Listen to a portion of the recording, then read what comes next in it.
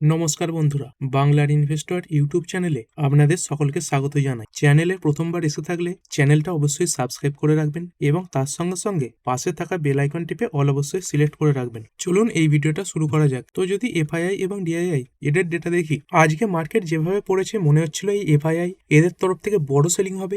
Sell তো করেছে, কিন্তু যে হিসেবে মার্কেট পড়েছে সেরকম বড় বিক্রি কিন্তু আজকে নেই। আজকে এই এফআইআই এরা কত বিক্রি করেছে? এই 2938 কোটি টাকা শেয়ার বিক্রি করেছে এবং সেখানে ডিআইআই এরা কিনে নিয়েছে এই 3665 কোটি টাকা শেয়ার। মানে আজকে অনেক রিটেল প্লেয়ার তারা কিন্তু মার্কেটে বড় পরিমাণে শেয়ার বিক্রি করেছে। এবং যদি ফিউচার অ্যান্ড অপশন মার্কেটের কথা বলি, তো এইগুলো দেখা তো খুব একটা গুরুত্বপূর্ণ নয়, কারণ আজকে নিফটি ফিফটির এক্সপায়ারি ছিল। তবুও যদি দেখেন এই ইন্ডেক্স ফিউচার এখানে 1459 কোটির বিক্রি হয়েছে এবং এই স্টক ফিউচার এখানে বিক্রি হয়েছে 258 কোটি টাকার শেয়ার। তারপরে এই আমেরিকান মার্কেট এটা কিরকম পারফর্ম করছে? তো এই আমেরিকান মার্কেট শনিবার ছুটি ছিল, রবিবার ছুটি ছিল এবং সোমবার ছুটি ছিল। তো টানা 3 দিন ছুটির পর আজকে ওপেন হয়েছে এবং দেখতে পাচ্ছেন এই যে ওপেনিং সেটা কিন্তু অনেকটা নেগেটিভই হয়েছে। এবং এখনো যদি দেখেন এই বটম লেভেল থেকে প্রায় 0.5% রিকভারি করার পরেও 1% মতো কিন্তু ডাউন হয়ে রয়েছে। এবং তারই সঙ্গে সঙ্গে এই যে নাসডাক কম্পোজাইট এখানে বর্তমানে প্রায় 1.40% কাছাকাছি পতন দেখা যাচ্ছে। আর এই যে ডাউ জোন্স পড়বে এবং নাসডাক পড়বে এগুলো তো আগেই বোঝা যাচ্ছিল।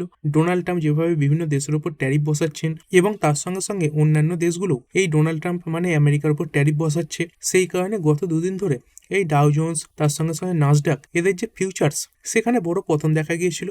তো সেরকমটাই কিন্তু আজকে এই আমেরিকান মার্কেটে দেখা যাচ্ছে। এবং তারই সঙ্গে সঙ্গে আজকে আমেরিকার যে সুপ্রিম কোর্ট রয়েছে সেখানে এই ট্রাম্পের ট্যারিফের ব্যাপারটা নিয়ে কিছু ডিসিশন আসার কথা ছিল, কিন্তু যদি দেখেন আজকের দিনেও সেই যে ডিসিশন সেটা সামনে আসেনি। দেখতে পাচ্ছেন US Supreme Court defers ruling on Trump's tariff today, মানে আজকের দিনেও কোনো শুনানি কিন্তু সামনে এলো না এবং তারই সঙ্গে সঙ্গে সামনের কোনো ডেটও কিন্তু রিপোর্টের মাধ্যমে সামনে আসেনি। এবং এই সুপ্রিম কোর্টের ট্যারিফের ব্যাপারটা নিয়ে সেরকম কোনো বড় শুনানি না আসার পরে এই ডাউ জোন্স বলুন এবং তার সঙ্গে সঙ্গে নাসডাক বলুন এগুলোতে কিন্তু বটম লেভেল থেকে কিছুটা রিকভারি দেখা গেছে। এবং এর আগের ভিডিওতে কভার করেছিলাম এই যে ডোনাল্ড ট্রাম্প রয়েছে তিনি এই ফ্রান্সের যে ওয়াইন রয়েছে এবং তার সঙ্গে সঙ্গে শ্যাম্পেন রয়েছে তাদের উপর প্রায় 200% ট্যারিফ বসিয়ে দেবেন বলেছেন। কি কারণে? কারণ এই ফ্রান্স এই যে দেশটা রয়েছে তারা এই ট্রাম্পের তৈরি যে একটা নতুন কমিটি হয়েছে বোর্ড অফ পিস সেখানে জয়েন করতে অস্বীকার করেছে। এইখানে দেখতে পাচ্ছেন French president Emmanuel Macron is reportedly set to refuse joining his board of peace on Gaza. তো মানে একটা শান্তি কমিটি তৈরি করছে ডোনাল্ড ট্রাম্প, যেখানে বিভিন্ন দেশকে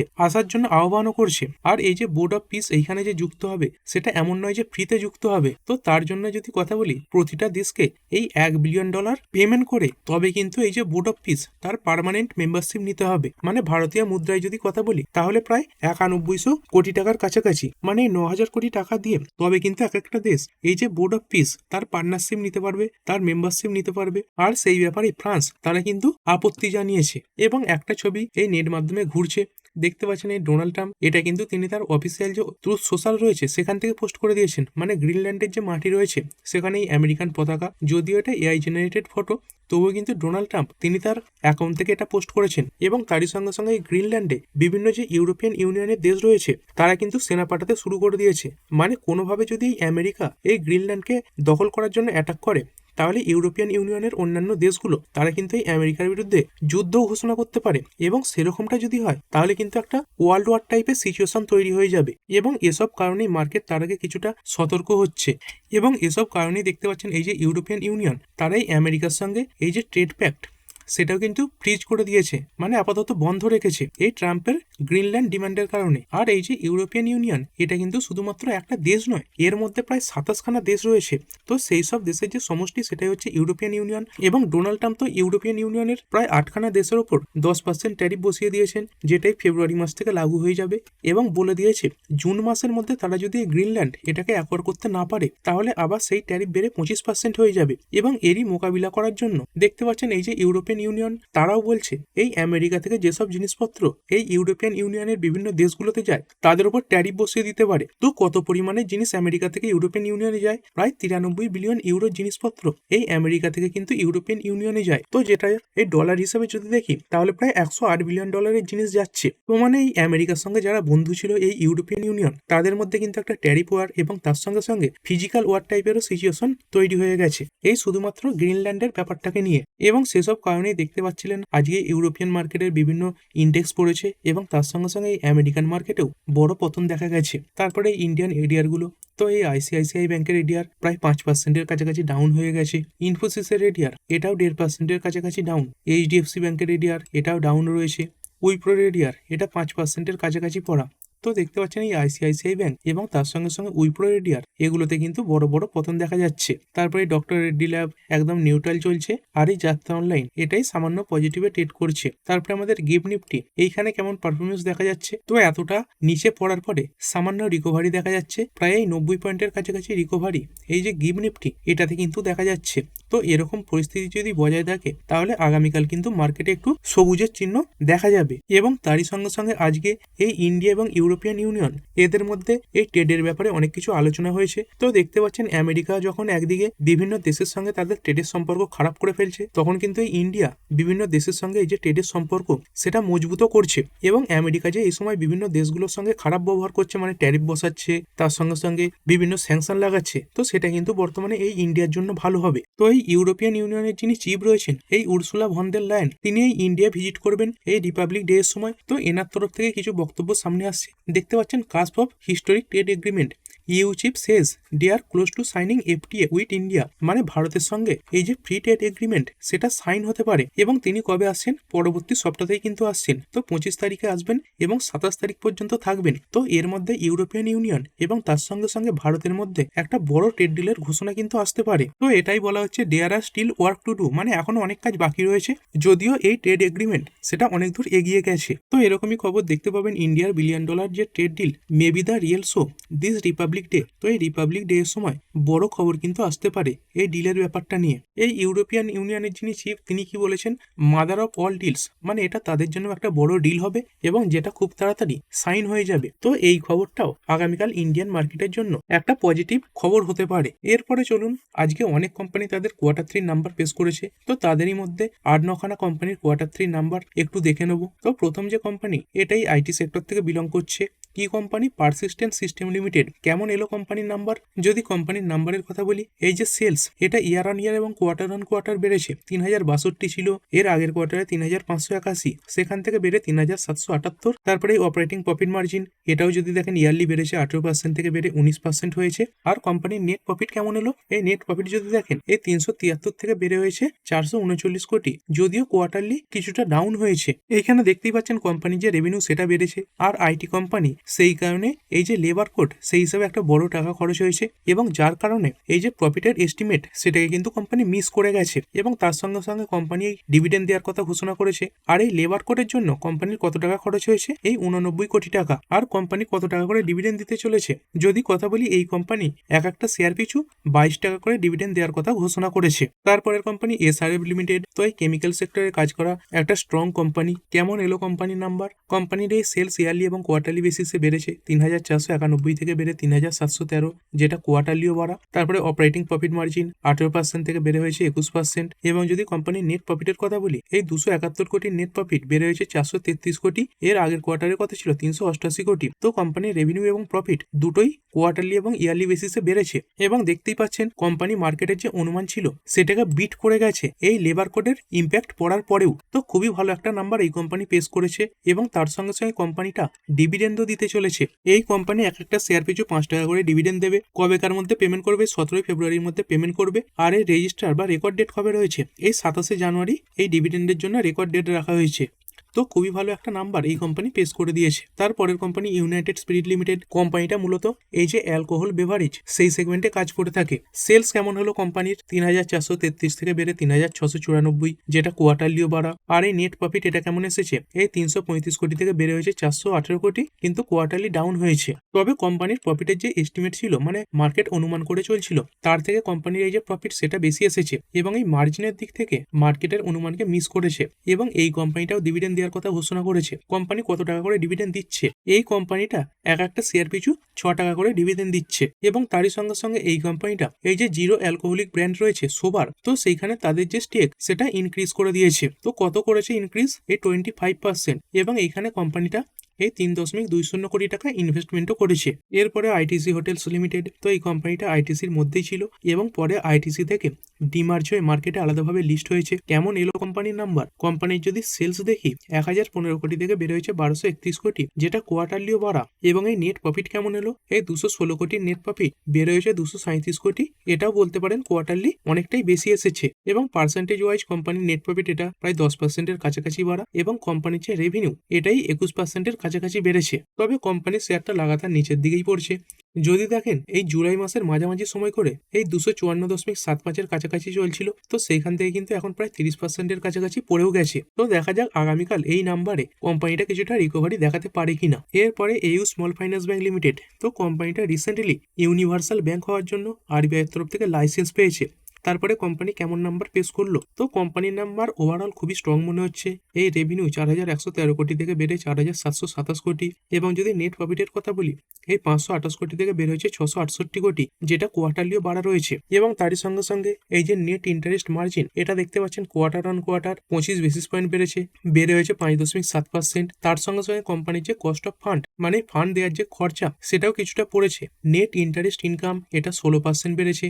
আদার ইনকাম এটা 17% বেড়ে হয়েছে 724 কোটি টাকা। এবং যদি কোম্পানির এনপি এর কথা বলি, তো দেখতে পাচ্ছেন এই যে নন পারফর্মিং অ্যাসেট, সেটা কিন্তু কিছুটা ডাউন হয়েছে। এর আগের কোয়ার্টারে এটা ছিল এই 2.41%, সেখান থেকে পড়ে হয়েছে 2.30%। আর যে কোনো ব্যাংকের জন্য এই যে এনপিএ এটা ডাউন হওয়া কিন্তু পজিটিভ ব্যাপার। কোম্পানির এই ডিপোজিট বুক বা জমার পরিমাণ এটা দেখতে পাচ্ছেন ইয়ার অন ইয়ার 23.3% বেড়েছে। এই যে লোন পোর্টফোলিও বা লোন দেওয়ার পরিমাণ সেটাও বেড়েছে, এই 19.3% বৃদ্ধি দেখা গেছে। তো ওভারঅল কোম্পানির যে নাম্বার সেটা ভালোর দিকে এসেছে। এইখানে দেখতে পাচ্ছেন এই যে প্রফিট এখানে 26% জাম্প, এবং তার সঙ্গে সঙ্গে নেট ইন্টারেস্ট ইনকাম এটা 16% বেড়েছে। তারপরের কোম্পানি ডিসিএম শ্রীরাম লিমিটেড, কেমন এলো নাম্বার?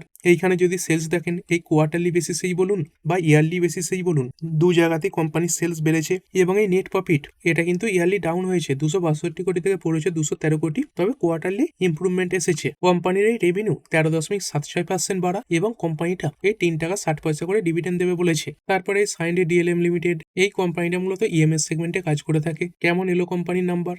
দেখতে পাচ্ছেন একদম মিউটেড নাম্বার, মানে এবিটা নেট প্রফিট, কিন্তু কোম্পানির এই যে সেলস বা রেভিনিউ এখানে কিন্তু অনেকটা ডাউনফল দেখা গেছে, 32% ডাউনফল দেখা গেছে। তো কোম্পানি বলছে তাদের কাছে এখন বড় পরিমাণে অর্ডার পড়ে রয়েছে, মানে লার্জ যে অর্ডারগুলো সেইগুলোকে তারা কমপ্লিট করছে, এবং সেই কারণে তাদের কাছে এই যে নতুন অর্ডার সেইগুলো রিজার্ভে পড়ে রয়েছে। এবং এই বড় অর্ডার কমপ্লিট করার কারণে তারা ছোট ছোট যে অর্ডার সেইগুলোকে কমপ্লিট করে ডেলিভারি করতে পারছে না, এবং সেই কারণে কোম্পানির কাছে টাকাও আসছে না। তো এই বড় অর্ডারগুলো কোম্পানি কমপ্লিট করে ডেলিভার করে দিলে কোম্পানির এই যে সেলস বা রেভিনিউ এটা কিন্তু আচমকা বেড়ে যাবে। কোম্পানি তাদের দিক থেকে এটাই ক্ল্যারিফিকেশন দিয়েছে। বাকি যে প্যারামিটারগুলো সেগুলো কিন্তু কিছুই উন্নত নয়, এবং কোয়ার্টারলি বেসিসে অনেকটাই পতন কিন্তু দেখা গেছে এই এবিটা নেট প্রফিট এবং ইপিএস এর দিক থেকে। তারপরে সুপ্রিম পেট্রোকেম লিমিটেড, এই কোম্পানির নাম্বার খুবই খারাপ এসেছে। কোম্পানি এখানে সেলস দেখতে পাচ্ছেন এই ইয়ার অন ইয়ার 10% ডাউন, যদিও কোয়ার্টারলি বাড়া। এই এবিটা দেখতে পাচ্ছেন 30% পড়ে গেছে, এই 99 কোটি থেকে পড়েছে 69 কোটি। এবং যদি নেট প্রফিটের কথা বলি, এটা তো 50% উঠে গেছে, এই 71.4 কোটি থেকে পড়ে হয়েছে এই 30.2 কোটি। এবং যদি এক্সেপশনাল আইটেম ফাইটেম এগুলো বাদ দিয়ে দেখেন, তাহলে কিন্তু অনেক জায়গায় দেখবেন কোম্পানির যে প্রফিট সেটা 80% উঠে গেছে এরকম দেখাবে। তারপরে এই গুজরাট গ্যাস লিমিটেড, কোম্পানির সেলস ডাউন হয়েছে, ইয়ার অন ইয়ার 12% পড়েছে, কিন্তু বাকি ডেটাগুলো ভালো। এই যে নেট প্রফিট ইয়ারলি 221 কোটি থেকে 21% বেড়েছে 267 কোটি। তারপরে এই ইন্ডিয়া মার্ট ইন্টারমেশ লিমিটেড, এই কোম্পানিটাও মূলত এই যে ফ্লিপকার্ট বলুন, অ্যামাজন বলুন, এদের মতো কাজ করে থাকে, কিন্তু এরা ছোটখাটো মাল দেয় না। এদের কাছে মাল কিনতে গেলে লটে মাল কিনতে হয়। কেমন এলো কোম্পানির নাম্বার? এখানে কোম্পানির সেলস দেখতে পাচ্ছেন বেড়েছে, ইয়ারলি বলুন বা কোয়ার্টারলি বলুন, এবং তার সঙ্গে সঙ্গে কোম্পানির যে নেট প্রফিট এটাও কিন্তু যথেষ্ট ভালো, 121 কোটি থেকে বেড়ে 188 কোটি, এবং এর আগের কোয়ার্টারে এটা ছিল 82 কোটি। তো এই কোম্পানির যে নাম্বার সেটা ভালোর দিকে এসেছে বলবো। তারপরে এই Canada Robeco Asset Management Company Limited, কেমন এলো কোম্পানির নাম্বার? এইখানেও নাম্বার মোটামুটি ভালোর দিকেই দেখাচ্ছে। এই সেলস ইয়ার অন ইয়ার 26% বাড়া, এবিটাও 10% বেড়েছে, নেট প্রফিট এটা ইয়ার অন ইয়ার 10% বাড়া, এবং কোয়ার্টারলিও ইমপ্রুভ হয়েছে। তারপরের কোম্পানি সবার স্টপ লিমিটেড, এইখানে কোম্পানির নাম্বার খারাপের দিকে এসেছে। যদি ইয়ার অন ইয়ার দেখেন, এই সেলস মাত্র 3% বেড়েছে, তবে কোয়ার্টারলি অনেকটাই ভালো। এবিটা এখানে ইয়ার অন ইয়ার ডাউনফল দেখা গেছে, কিন্তু কোয়ার্টারলি বেশি এসেছে। এবং যদি নেট প্রফিটের কথা বলি, এই 52 কোটির নেট প্রফিট ইয়ার অন ইয়ার পড়ে হয়েছে 16 কোটি, কিন্তু কোয়ার্টারলি যদি দেখেন, এর আগের কোয়ার্টারে কোম্পানি এই 20 কোটি লস পোস্ট করেছিল। তো কোয়ার্টারলি কোম্পানির নাম্বার ভালো, কিন্তু ইয়ারলি কোম্পানির যে নাম্বার সেটা খুবই খারাপ। এর পরের কোম্পানি ক্রেডিট অ্যাক্সেস গ্রামীণ লিমিটেড, কেমন এলো নাম্বার? এই কোম্পানির নাম্বার যথেষ্ট ভালোর দিকে, এই সেল 60% বাড়া, 1380 কোটি থেকে বেড়ে 1490 কোটি, কোয়ার্টারলি কিছুটা ডাউন এবং এবিটা ইয়ারলি কোয়ার্টারলি দুটো জায়গাতেই বেড়েছে। নেট প্রফিটের যদি কথা বলি, এই 99 কোটির লস থেকে কোম্পানি 252 কোটির প্রফিট পোস্ট করেছে এবং এর আগের কোয়ার্টারের তুলনাতেও কোম্পানির যে প্রফিট এটা কিন্তু ডবল হয়েছে, এই 126 থেকে বেড়ে হয়েছে 252 কোটি। তো এই কোম্পানির নাম্বারও খুবই স্ট্রং দিকে এসেছে। তারপরে রিসেন্টলি লিস্টেড একটি কোম্পানি বিক্রম সোলার লিমিটেড, আজকে তো 10%-এর কাছাকাছি পড়েছে। তবে তারপর কোম্পানির নাম্বার এসেছে। কেমন এলো কোম্পানির নাম্বার? এই নাম্বারটাও ভালোর দিকে এসেছে। এই সেলস 8% বাড়া 1026 থেকে বেড়ে এই 1106 কোটি। এবিটা এটাও বাড়া রয়েছে এবং নেট প্রফিট 19 কোটি থেকে বেড়ে হয়েছে 98 কোটি। তবে কোয়ার্টারলি কিছুটা ডাউন হয়েছে। তো ইয়ার অন ইয়ার বেসিসে কোম্পানির নাম্বার খুবই স্ট্রং।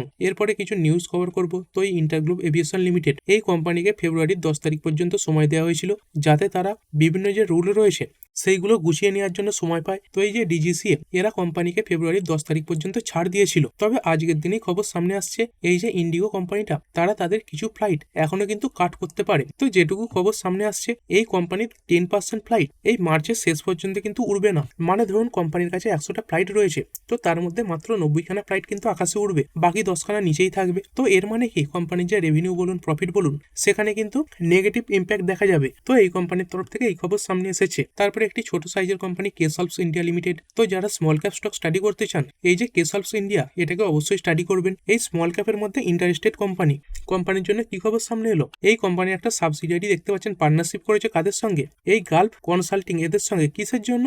এই জিসিসি মার্কেট এক্সপেনশনের জন্য। মানে এই কোম্পানি তাদের যে ব্যবসা সেইগুলোই গালফ কর্পোরেশন কাউন্সিল, এদের যে বিভিন্ন দেশ রয়েছে যেমন সৌদি আরবিয়া, তার সঙ্গে সঙ্গে ইউএই রয়েছে, কুয়েত রয়েছে, ওমান, কাতার, বাহরিন, এইগুলোতে তাদের যে ব্যবসা সেগুলো বাড়াবে। তো দেখতে পাচ্ছেন এই যে পার্টনারশিপ, সেটা কিসে ফোকাস করা হবে? Expanding software service in the GCC region. মানে এই যে দেশগুলোর নাম বললাম, সেখানে এই যে সফটওয়্যার সার্ভিসের ব্যবসা সেটা বাড়ানো হবে। তো এই কোম্পানির জন্য যথেষ্ট পজিটিভ একটা খবর এটা।